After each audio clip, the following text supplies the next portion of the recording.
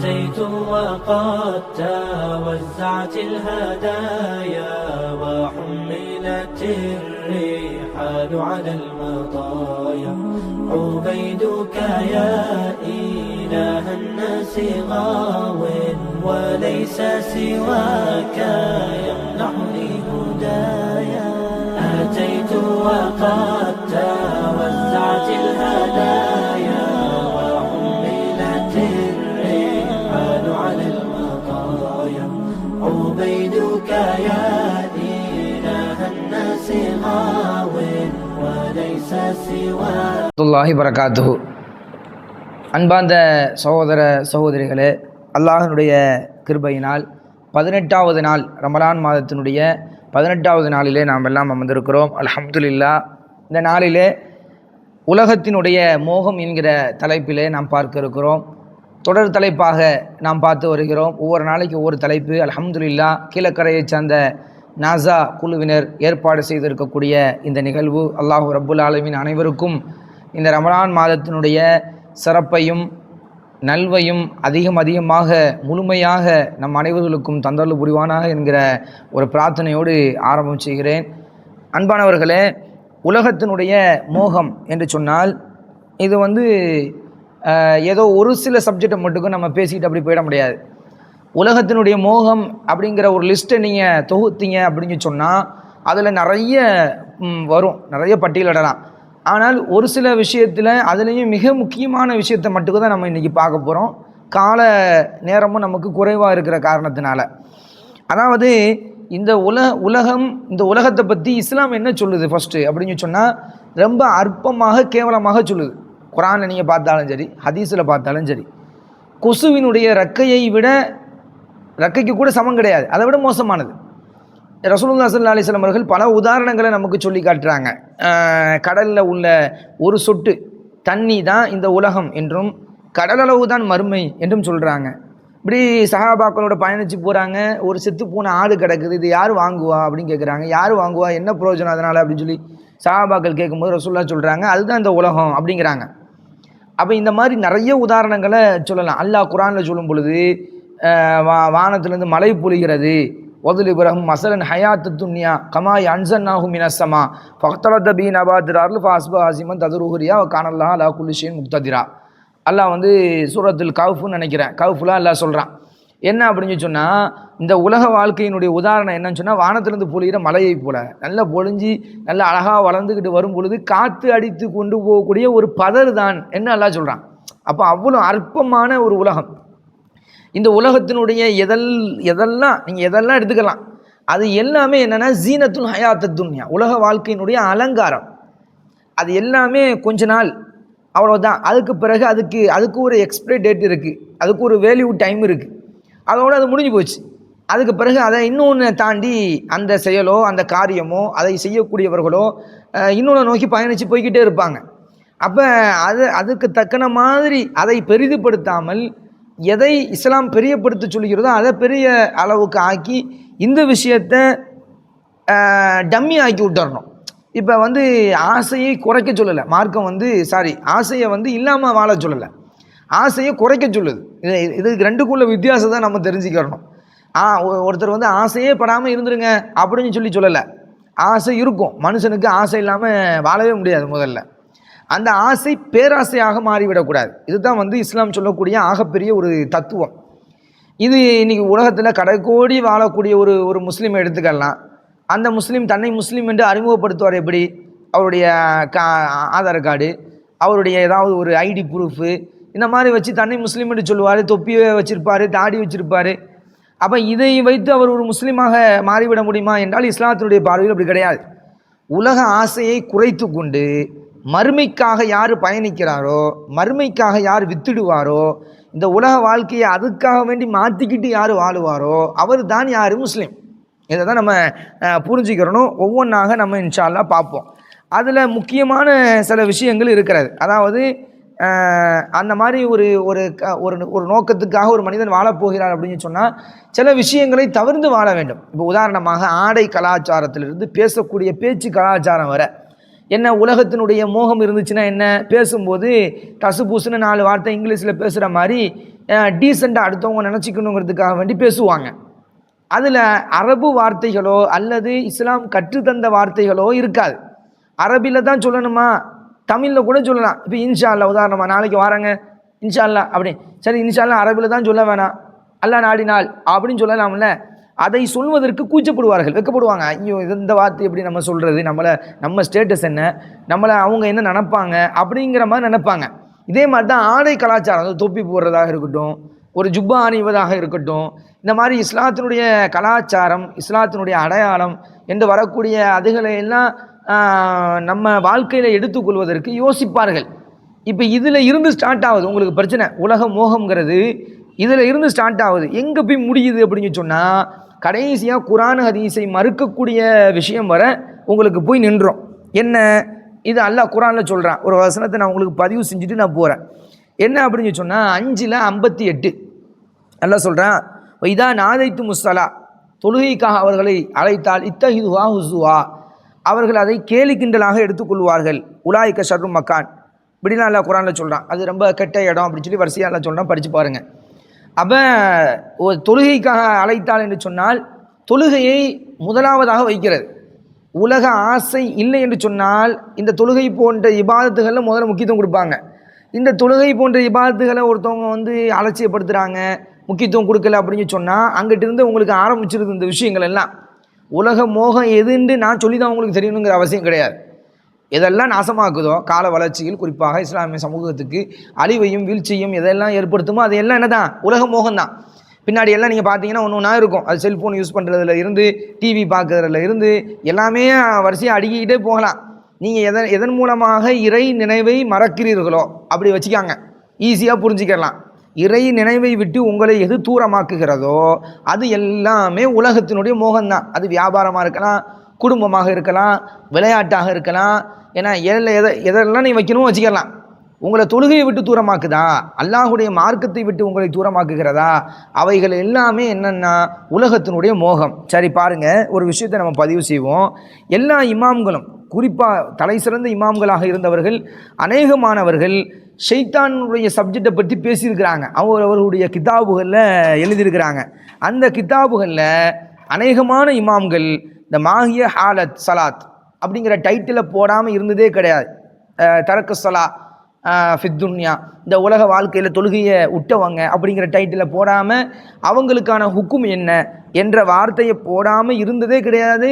அந்த மாதிரி ஒரு புத்தகத்தை எழுதாமல் எந்த இமாமும் சென்றதாக பார்க்கவும் முடியாது. தலை சிறந்த இமாம்களுடைய வரலாறுகள் புத்தகங்கள்லாம் நீங்கள் எடுத்து பார்த்தீங்கன்னா கண்டிப்பாக இந்த டைட்டில் இருக்கும். அதில் தொழுகையை பற்றி கண்டிப்பாக சொல்லுவாங்க. தொழுகையை விட்டவங்களுடைய நிலைமை என்ன, அவங்கள சாதாரணமாக கபூரில் கூட அடக்கம் செய்யக்கூடாது. ஏன்னா முஸ்லீம்களுடைய மையவாடி, அந்த இடத்துல அடக்கம் செய்கிறது கூட அது அசிங்கங்கிற மாதிரி பார்த்தாங்க.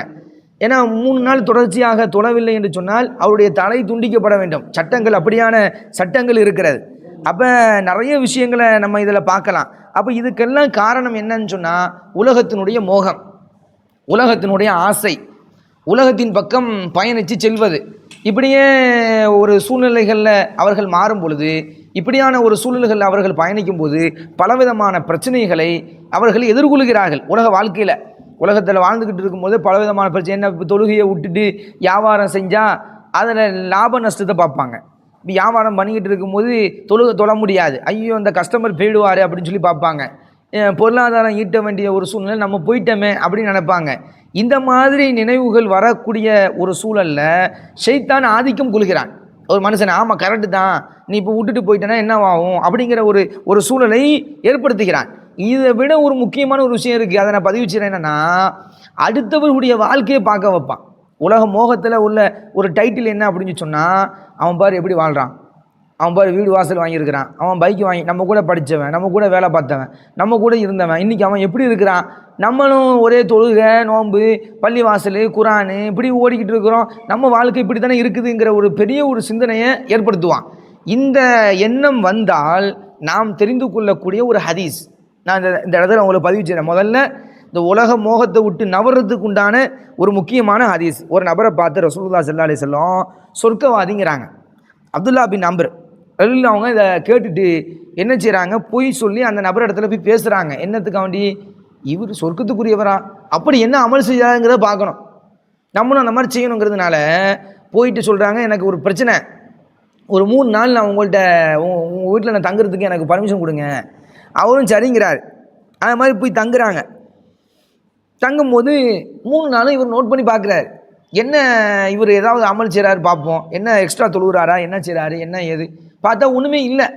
3 நாள் முடியும் போது இப்படி சொல்லிடுறாரு, நான் வந்து போய் சொல்லி தான் வந்து உங்கள்ட்ட தங்கினேன், ரசூலுல்லாஹி ஸல்லல்லாஹு அலைஹி வஸல்லம் அந்த மாதிரி சொன்னாங்க, நீங்கள் என்ன அப்படி ஒரு காரியம் செய்கிறீங்கிறத பார்க்கறதுக்காண்டி தான் நான் வந்தேன், நீங்கள் அப்படி ஒன்றுமே செய்யலையே அப்படின்னு சொல்லும்பொழுது அவர் ஒரு விஷயத்தை சொல்கிறார். என்னென்னா, நான் இரவில் படுக்கைக்கு போகும் பொழுது எந்த தவறான எண்ணத்தையும் நான் வைத்துக்கொள்ள மாட்டேன். அது என்னென்ன அப்படின்னு சொன்னால், மக்களின் பொருளின் மீது நான் பொறாமை கொள்ள மாட்டேன். இவங்க அப்படி இருக்கிறாங்க, அவங்க இப்படி இருக்கிறாங்கன்னு சொல்லி நான் அதை நினச்சிக்கிட்டு யோசிச்சுக்கிட்டு அப்படி படுக்கைக்கு நான் செல்ல மாட்டேன் அப்படிங்கிற வார்த்தையை சொல்கிறார். ரசூலுல்லாஹி ஸல்லல்லாஹு அலைஹி வஸல்லம் இவர் வரார். நீங்கள் சொன்னீங்க, நான் நம்ம போய் சொல்லி தங்கினேன், கேட்டேன், அவர் இப்படி ஒரு காரணத்தை சொல்கிறாரு, உண்மையா அப்படின்னு சொல்லி கேட்கும்பொழுது ஆம் என்ற பதிலை ரசூலுல்லாஹி ஸல்லல்லாஹு அலைஹி வஸல்லம் அவர்கள் சொன்னார்கள், பார்க்க முடியுது. அப்போ நம்முடைய வாழ்க்கையில் அடுத்தவர்களை பார்த்து பொறாமை கொள்வது, அந்த மாதிரி சிந்தனைகளில் தான் இந்த உலக ஆசை முதல்ல ஸ்டார்ட் ஆகுது. நம்ம நல்லா தான் இருந்திருப்போம், நம்முடைய நண்பர் வட்டாரமோ, நம்முடைய மனைவியோ, நம்முடைய மக்களோ என்ன செய்வாங்க, கேட்பாங்க, வாப்பா இப்படி இது அவங்க வாங்கியிருக்கிறாங்க, நமக்கு வாங்கி கொடுங்க. கணவரை பார்த்து மனைவி கேட்பாங்க, அவங்க பொண்டாட்டி அந்த பொண்டாட்டி பாருங்கள், அவங்க மாப்பிள்ளைக்கு அவங்க இதை செஞ்சுருக்கிறாங்க, நீ ஏன் இதை செய்யாமல் இருக்கிற, இப்படி சொல்லும் பொழுது ஹராம் ஹலாலை ஒரு மனிதன் யோசிக்க மாட்டான். இந்த ஹராம்களால் யோசிக்காத ஒரு சூழ்நிலையில் சம்பாதிக்கணும்னு நினைக்கும் பொழுது அங்கே ஆட்டோமேட்டிக்காக உலகத்தினுடைய மோகம் வந்து விடுகிறது. ஒரு சம்பவத்தை நான் உங்களுக்கு சொல்ல போகிறேன். என்ன சம்பவம்னு சொன்னால், ஹிம்ஸ் என்று சொல்லக்கூடிய தேசம் ஆளுநராக இருக்கிறார். அவர் பேர் ஷஹீத் பின் ஆமீர் ரலியல்லாஹு. இவர் யாருடைய பீரியடில் இருக்கிறாருன்னு சொன்னால், ஹஸரத் உமர் கத்தாப் ரலியல்லாஹுடைய பீரியடில் இருக்கிறார். அவங்க கலீஃபாவாக இருக்கும் பொழுது இவர் ஆளுநராக இருக்கிறார். அந்த நேரத்தில் நடைபெற்ற ஒரு சம்பவம், அந்த தேசத்தில் கடுமையான ஒரு வறட்சி ஏற்படுகிறது. அந்த வறட்சியில் என்ன செய்கிறாங்க அப்படின்னு சொன்னால், ரொம்ப முடியாமல் போனவங்களுடைய லிஸ்ட்டை கேட்குறாங்க. உமர் கத்தாப் அவங்க ரொம்ப முடியாமல் போய், யார் முடியாமல் போய் இருக்கிறாங்களோ அவர்களுடைய பட்டியலை தாங்க அப்படின்னு சொல்லி கேட்கும் பொழுது இந்த ஆளுநருடைய பட்டியலும் வருது. இந்த ஷஹீத் பின் ஆமீர் என்று சொல்லக்கூடிய இவருடைய பட்டியலும் வருது. வந்ததோட அதிர்ச்சி ஆயிடுறாங்க. அதிர்ச்சியாகி அவருக்கு சில பொற்காசுகளை கொடுத்து கொண்டு போய் கொடுங்க அப்படின்னு சொல்லி ஒரு 2 பேரை அனுப்பி வைக்கிறாங்க. அவங்க 2 பேரும் வீட்டு கதவை தட்டும்போது அவங்களுடைய மனைவி இருக்கிறாங்க. இந்த மாதிரி உமர் இல்லை அவங்க கொடுத்தாங்க, கொடுக்க சொன்னாங்க அவங்க மனைவி தெரியாமல் வாங்கி வச்சுக்கிட்டாங்க. இப்போ இந்த ஷஹீத் பின் ஆமீர் வந்து வராரு. வந்த பிறகு மனைவி சொல்கிறாங்க, பொற்காசை கையில் கொடுத்து, இந்த மாதிரி உமர் கத்தாப் கொடுத்தாங்க, இந்த மாதிரி நம்முடைய சூழ்நிலையை அறிந்து அவர்கள் கொடுத்தாங்க அப்படின்னு சொல்லி சொல்லவும், உடனே அவர் ஒரு வார்த்தை சொல்கிறார். வரலாறுகளில் பொன்னெழுத்துகளால் பொறிக்கப்படக்கூடிய வார்த்தை. அந்த வார்த்தை அவர் சொல்கிறார். என்ன வார்த்தை தெரியுமா? எந்த செல்வம் என்னுடைய மறுமையினுடைய பயணத்தை துண்டித்து விடுமோ அந்த செல்வம் இன்றைக்கு என்னுடைய கண்ணுக்கு முன்னால் காட்டப்பட்டு விட்டது என்று சொல்லி அவர் வருத்தப்படுகிறார் என்கிற செய்தி வரலாறு நமக்கு கூறுகிறார். அன்பானவர்களே, கொஞ்சம் யோசிக்கணும். இன்றைக்கி நமக்கு அந்த மாதிரி ஒரு சூழ்நிலை இருந்தால் நம்ம என்ன செஞ்சுருப்போம்? கோடீஸ்வரர்களாக இருக்கக்கூடியவர்கள் கூட இலவச பொருளுக்கு போட்டி போடக்கூடியதை நம்ம பார்க்குறோம். இந்த காலத்தில் பார்க்குறோம். கோடீஸ்வரனாக இருக்கிறான், பள்ளிவாசலில் கொடுக்குற ஒரு கோப்பை கஞ்சிக்கு சண்டை போட்டு அடிப்பூட்டி பிரச்சனை நடக்கக்கூடிய சூழ்நிலையை நம்ம பார்க்குறோம். இலவச பொருளுக்கு ஆசைப்படக்கூடியவர்களை நம்ம பார்க்குறோம். அப்போ இதையெல்லாம் நம்ம வச்சு பார்க்கும்போது என்ன காரணம்? உலகத்தினுடைய மோகம் நமக்கு புரிகிறது. அப்போ ரசூலுல்லாஹி ஸல்லல்லாஹு அலைஹி வஸல்லம் அவர்கள் பயந்தாங்க. ஒரு விஷயத்தை கண்டு சொன்னாங்க, இந்த சமுதாயத்தை நான் வந்து பயப்படுறேன். எதை வச்சு பயப்படுறேன்னா, வாரி வாரி செல்வம் வழங்கப்பட்டு விடுமோ என்று நான் நினைத்து பயப்படுகிறேன் என்று சொன்னாங்க. இந்த வார்த்தை பின்னாடி ஒரு காலத்தில் ஒரு சஹாபி அழுகுறாரு. அவருக்கு ஒரு 3 ரொட்டி கிடச்சிட்டுங்க. அந்த 3 ரொட்டியை பார்த்துட்டு அவர் ஏம்பி அழுகுறாரு. ஏங்கி அழுகுறாரு. ஏன்னு கேட்டால், எனக்கு வந்துக்கிட்டு நான் பட்ட கஷ்டம், ரசூலுல்லாஹி ஸல்லல்லாஹு அலைஹி வஸல்லமோட இருக்கிற நேரத்தில் எனக்கு இப்போ நான் பட்ட கஷ்டம், இந்த உலகத்திலேயே அல்லாஹ் எனக்கு கூலியை கொடுத்துட்டானோன்னு நினச்சி நான் அழுகுறேன் அப்படின்னு சொல்லி ஒரு சஹாபி அழுததாக வரலாறு நம்ம பார்க்க முடிகிறது. அப்போ இதெல்லாம் நமக்கு காட்டித்தரக்கூடிய படிப்பினை என்ன அப்படின்னு சொன்னால், உலகத்தினுடைய மோகத்தை குறைத்து விட வேண்டும். அல்லாஹ் குர்ஆனில் சொல்கிறான், லா யகுர்ரன்னக தகல்லுபுல்லதீன கஃபரு ஃபில் பிலாத் மதாஉன் கலீல் சும்ம மஅவாஹும் ஜஹன்னம் வபிஸல் மிஹாத் என்று அல்லாஹ் சொல்கிறான். என்ன, அந்த ஊர்களில், கிராமங்களில், நகரப்புறங்களில் அவர்கள் அலையக்கூடிய அந்த செயல்பாடு உங்களுடைய உள்ளத்தை மாற்றிவிட வேண்டாம். ஆகா அவங்க அப்படி இருக்கிறாங்களே, இவங்க இப்படி இருக்காங்களே, அவங்க நல்லா தானே இருக்கிறாங்க, அவன் ஹராமான வழியில் தானே சம்பாதிக்கிறான், அவன் என்ன ஹலால் பார்த்தா இருக்கிறான், அவன் ஹராமாக சம்பாதிக்கிறவனுக்கு மேலும் மேலும் நல்லா கொடுக்கத்தானே செய்கிறான். இதெல்லாம் நம்ம பேசக்கூடிய டைலாக். ஏன்னா அப்போ இந்த உலகத்தில் ஹராம் ஹலால்லாம் நம்ம பார்க்க வேண்டிய அவசியம் இல்லை. ஏன்னா நம்ம பாட்டுக்கு நம்ம இருப்போம், அதெல்லாம் பார்த்துக்கலாம், தௌபா தேடிக்கலாம். சில பேருடைய கான்செப்ட் உம்ராவுக்கு போயிட்டு வந்தால் எல்லாம் முடிஞ்சிடும். ஏன்னா தௌபா தேடிட்டா, இப்போ இஸ்திஃபா தேடிட்டா போதும், லாஸ்ட்டு 10 ரமணானில் 27வது உட்காந்து அழுது அல்லாட்ட பேசிட்டோம்னு சொன்னால் ஆலிம்சா கையில் ஏதாவது பொத்தி 500 1000 கொண்டு போய் கொடுத்து மௌலுதை ஓதிட்டு வந்து பூந்தியை வாங்கிட்டு வந்துட்டோம்னு சொன்னால் முடிஞ்சு போச்சு அப்படின்னு நினைக்கிறாங்க. அல்லாஹ் பாதுகாக்கணும், அப்படி கிடையாது. நல்லா விளங்கிக்காங்க. அது மத்தாவுன் ஹயாத்துன் அல்லா குரானில் எப்படி சொல்கிறான், அற்பமானதுன்னு சொல்கிறான். உரன்னக்க கல்லு புலதின கஃபரு ஃபில் பிலாத் மத்தாவுன் கலீல், அற்பமான சுகம். மத்தாவுன் கலீல், மத்தாங்கிற வார்த்தையெல்லாம் என்னன்னு சொன்னால் டிக்ஷனரியை புரட்டி பார்க்கணும். நீங்கள் டிக்ஷனரியை புரட்டி பார்த்து தப்சீரை விளக்கத்தை நீங்கள் டெஃபினேஷனை பார்க்கும்போது என்னன்னு சொன்னால் அடுப்பாங்கரையில் இருக்கிற துணியை சொல்கிறாங்க. அதெல்லாம் என்னது, அடுப்பாங்கரையில் இருக்கிற துணி அப்பப்போ மாற்றுறது, தூக்கி தூக்கி வீசுறது. யாரும் அதை மடித்து கழுவி ஏன்னா அயன் பண்ணி பீரோவில் யாரும் வைக்க மாட்டாங்க. அடுப்பாங்கரையில் சட்டி மாத்திரை பிடிச்சி தூக்கி வீசுகிற துணிக்கு பயன்படுத்தக்கூடிய பேர்கள் அதெல்லாம். அதான் இந்த உலகத்தை அல்லாஹ் சொல்கிறான். இந்த உலகத்துக்கு அல்லாஹ் சொல்கிறது எல்லாம் என்ன தான், அற்பமானது, கேவலமானது, இதுக்கு இது கூட சமம் கிடையாது, அதுக்கு இது கூட சமம் கிடையாதுலாம் அல்லாஹ் குர்ஆனில் சொல்கிறானே, அதெல்லாம் பார்த்தீங்கன்னா அற்பமானது. அப்போ அந்த அற்பமான ஒரு விஷயத்தின் பக்கம் நம்ம ஆசை கொண்டால் என்ன நடக்கும்? இப்போ உலகத்தினுடைய மோகத்தோடு ஒருத்தவங்க அலையிறாங்க, என்ன நடக்கும்? ரசூலுல்லாஹ் எச்சரிக்கை செஞ்சாங்க. லட்சக்கணக்கில் இன்றைக்கி முஸ்லீம்கள் கொத்து கொத்தாக கொலை செய்யப்படுறாங்க, பள்ளிவாசல்களில் தஞ்சம் புகுறாங்க, பெண்கள் கொலை செய்யப்படுகிறார்கள், கற்பழிக்கப்படுகிறார்கள், சின்ன புள்ள கொத்து கொத்தாக கொலை செய்யப்படுது. என்ன காரணமாக இருக்குன்னு நினைக்கிறீங்க? ரசூலுல்லாஹ் ஸல்லல்லாஹு அலைஹி வஸல்லம் சொன்னாங்க, கடைசி காலத்தில் என்னுடைய உம்மத்தில் இந்த உம்மத்தை அழிப்பதற்காக வருவாங்க. பசிப்பட்டினியில் கலக்கிறவன் சாப்பாடு சட்டியை பார்த்தா எப்படி வருவானோ அந்த மாதிரி வருவாங்கன்றாங்க ரசூலுல்லாஹ் ஸல்லல்லாஹு அலைஹி வஸல்லம். அப்போ கேட்டாங்க, என்ன இந்த உம்மத்து குறைவாக இருக்குமா யா ரசூலுல்லாஹ்? ரசூலுல்லாஹ் சொன்னாங்க, இல்லை, கடல் நுரை அளவுக்கு இருப்பாங்க. அப்போ ஏன் தெரியுமா? கராஹியத்துல் மவுத், மவுத்தை வெறுப்பாங்க. இந்த உலகத்தில் உள்ள ஹுப்பு துன்யா, உலகத்தை பிரியப்படுவாங்க. இந்த புரியுதா நம்ம டைட்டில்? புரியுதா? ஹுப்பு துன்யா கராஹியத்துல் மவுத்துங்கிற வார்த்தை ரசூலுல்லாஹ் ஸல்லல்லாஹு அலைஹி வஸல்லம் சொன்னாங்க. உலகத்தினுடைய பிரியம் இருக்கும், மோகம் இருக்கும், அந்த ஆசையிலேயே அவர்களுடைய வாழ்க்கையை பூரா பயணிப்பாங்க. அப்போ அவங்களுக்கு ஆட்டோமேட்டிக்காக அந்த கராஹியத்துல் மவுத்துங்கிறது வந்துடும், உள்ளே நுழைஞ்சிரும்.